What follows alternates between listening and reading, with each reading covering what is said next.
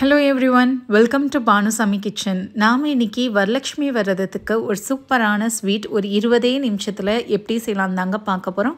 ரொம்ப ஹெல்த்தியாவும் இருக்குங்க. வாங்க இதை எப்படி செய்யலாம்ன்றதை பார்க்கலாம். வீடியோக்குள்ள போறதுக்கு முன்னாடி மறக்காம subscribe பண்ணுங்க and bell icon-ஐ click பண்ணுங்க. ஒரு பேனோ கடாயோ எடுத்துக்கோங்க. அடுப்பு தீயை மீடியம் ஃப்ளேம்ல வச்சுக்கோங்க. இதுல 2 டீஸ்பூன் அளவுக்கு நெய் சேர்த்துக்கோங்க. நெய் நல்லா சூடானதுக்கு அப்புறம் தேவையான அளவுக்கு முந்திரி பருப்பு, பாதாம், உலர் திராட்சை எது வேணாலும் நீங்கள் சேர்த்துக்கலாங்க. நான் வந்து பாதாமும் முந்திரி பருப்பும் சேர்த்துருக்கேன். மிதமான சூட்டில் இதை நல்லா வறுத்து செவக்க வறுத்து எடுத்துக்கோங்க. இப்போ பார்த்தீங்கன்னா இந்த அளவுக்கு நல்லா செவந்ததுக்கப்புறம் அந்த நெய்லேருந்து வெறும்னே அந்த பாதாமும் முந்திரி பருப்பை மட்டும் தட்டுக்கு மாற்றி வச்சுருங்க. நெய் அதில் அப்படியே இருக்கட்டும். இப்போ பார்த்தீங்கன்னா எல்லா பாதாம் முந்திரி பருப்பு எல்லாத்தையும் எடுத்தாச்சு. கடாயில் ஆல்ரெடி நெய் இருக்குது பாருங்கள். இதில் 1 கப் அளவுக்கு சம்பா ரவை சேர்த்துக்கோங்க. கோதுமை ரவை, உடஞ்ச கோதுமை ரவைன்னு சொல்லுவாங்க. மெஷர்மெண்ட் கப் படி எடுத்திருக்கீங்க. 1 கப்பு எடுத்திருக்கேன். நீங்கள் எந்த கப்பில் அளந்தீங்களோ அதே கப்பு தான் கடைசி வரைக்கும் யூஸ் பண்ணணும்.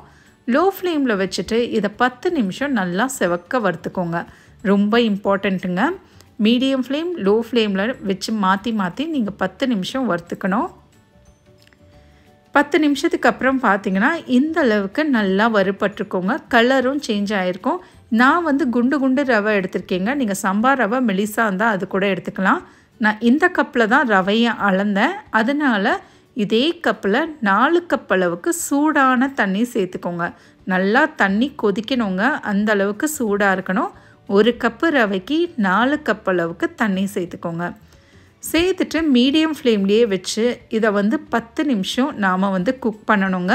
நீங்கள் மூடியை போட்டு கூட குக் பண்ணிக்கலாம். இல்லை பக்கத்துலேயே நின்று அப்பப்போ கிண்டி கூட நீங்கள் இதை குக் பண்ணிக்கலாம்.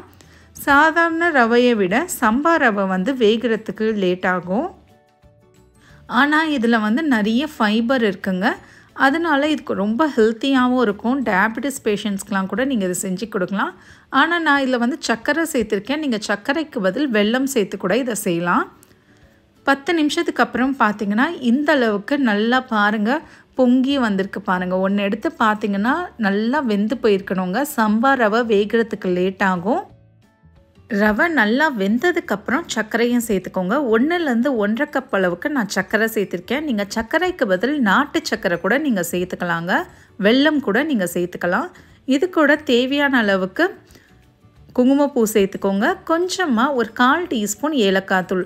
குங்குமப்பூ இல்லாதவங்க அதை விட்டுருங்க, சேர்க்கணுன்னு அவசியம் இல்லை. ஏலக்காய் தூள் மட்டும் சேர்த்துக்கலாம். இப்போ நாம் இதை லோ ஃப்ளேம்லேயே வச்சு இந்த சர்க்கரை முழுசாக கரையட்டோங்க. சர்க்கரை கரைய பார்த்தீங்கன்னா உங்களுக்கு லூஸான பதத்துக்கு வரும். பாருங்கள், நம்ம தண்ணி எதுவுமே சேர்க்கலை. சர்க்கரை கரைஞ்சால் இந்த மாதிரி தளன்னு தான் வரும். இப்போ நாம் சர்க்கரை நல்லா கரைஞ்சதுக்கப்புறம் அடுப்பு தீயை லோ ஃப்ளேமில் வச்சுட்டு 5 நிமிஷம் இதை மறுபடியும் குக் பண்ணுங்கள். நல்லா இறுகி வருங்க. அந்த அளவுக்கு நம்ம குக் பண்ணிக்கணும். எக்ஸாக்டாக ஒரு 5 நிமிஷத்துக்கு அப்புறம் பார்த்திங்கன்னா இந்த அளவுக்கு தாங்க இருக்கணும். ரொம்பவும் நமக்கு வந்து கெட்டியாகிடக்கூடாது. இப்போ நம்ம வறுத்து வச்சிருந்த முந்திரி பருப்பு, பாதாம் எல்லாத்தையும் சேர்த்துட்டு நல்லா கலந்து விட்டுக்கோங்க. கன்சிஸ்டன்சி பாருங்கள், இந்த மாதிரி கொஞ்சம் தளன்னு தான் இருக்கணும். ஏன்னா இது ஆறி போயிடுச்சுன்னா நல்லா இறுகிடுங்க. அதனால இது மாதிரி தளன்னு இருக்கும் போதே அடுப்பை ஆஃப் பண்ணிவிடுங்க. அவ்வளோதாங்க, சூப்பரான சம்பா ரவை கேசரி நமக்கு ரெடி ஆயாச்சு. இந்த வரலட்சுமி விரதத்துக்கு சட்டுன்னு இதை நீங்கள் செஞ்சு கொடுங்க. வீட்டில் எல்லாருக்கும் ரொம்ப பிடிக்கும். ட்ரை பண்ணி பார்த்துட்டு எப்படி வந்ததுன்றதை கமெண்ட்ஸில் சொல்லுங்கள். மறக்காமல் சப்ஸ்கிரைப் பண்ணுங்கள் அண்ட் பெல் ஐக்கானை கிளிக் பண்ணுங்கள். தேங்க்யூ ஃபார் வாட்சிங்.